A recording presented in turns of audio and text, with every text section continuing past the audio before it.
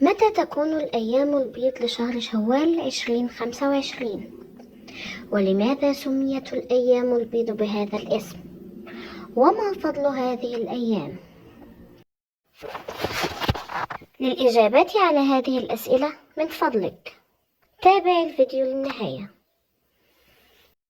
في البداية لا تنسوا الصلاة على الحبيب محمد صلى الله عليه وسلم. يتجدد الاهتمام مع مطلع كل شهر هجري بالبحث عن مواعيد الأيام البيض، وخاصة في شهر شوال الذي يلي شهر رمضان مباشرة. وتكمن أهمية الأيام البيض في كونها أياما مباركة ذات فضل عظيم يتقرب فيها المسلمون إلى الله تعالى بالصيام والأعمال الصالحة. وقد ورد عن النبي صلى الله عليه وسلم أنه كان يوصي بصيام هذه الأيام، حيث قال: صوم 3 أيام من كل شهر صوم الدهر.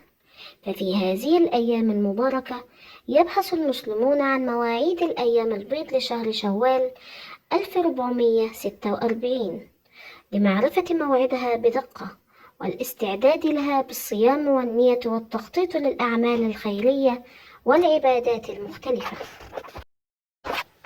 وفقا للتقويم الميلادي والهجري لعام 2025، فإن الأيام البيض لشهر شوال ستكون في التواريخ التالية: اليوم 13 من شوال يوافق السبت 12 إبريل 2025 ميلاديا.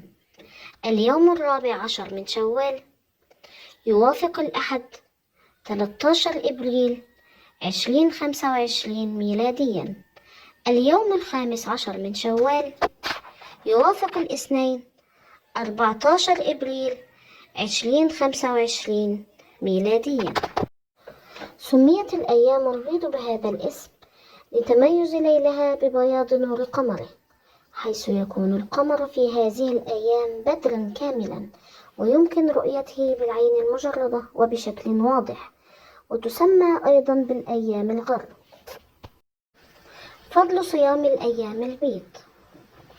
ورد في السنة النبوية الشريفة العديد من الأحاديث التي تحث على صيام الأيام البيض، منها عن أبي هريرة رضي الله عنه قال: أوصاني خليلي صلى الله عليه وسلم ب3: صيام 3 أيام من كل شهر، وركعتي الضحى، وأن أوتر قبل أن أنام. وعن جرير بن عبد الله رضي الله عنه قال: صيام 3 أيام من كل شهر صيام الدهر، وأيام البيض صبيحة 13 و14 و15. يستحب صيام هذه الأيام تقربا إلى الله تعالى واتباعا لسنة النبي محمد صلى الله عليه وسلم. اللهم تقبل منا صالح الأعمال وكفر عنا سيئاتنا، اللهم استجب، آمين يا رب العالمين. إذا أعجبكم الفيديو لا تنسوا الاشتراك في القناة وتفعيل زر الجرس ولايك حتى يصل لكم كل جديد. والسلام عليكم ورحمة الله وبركاته.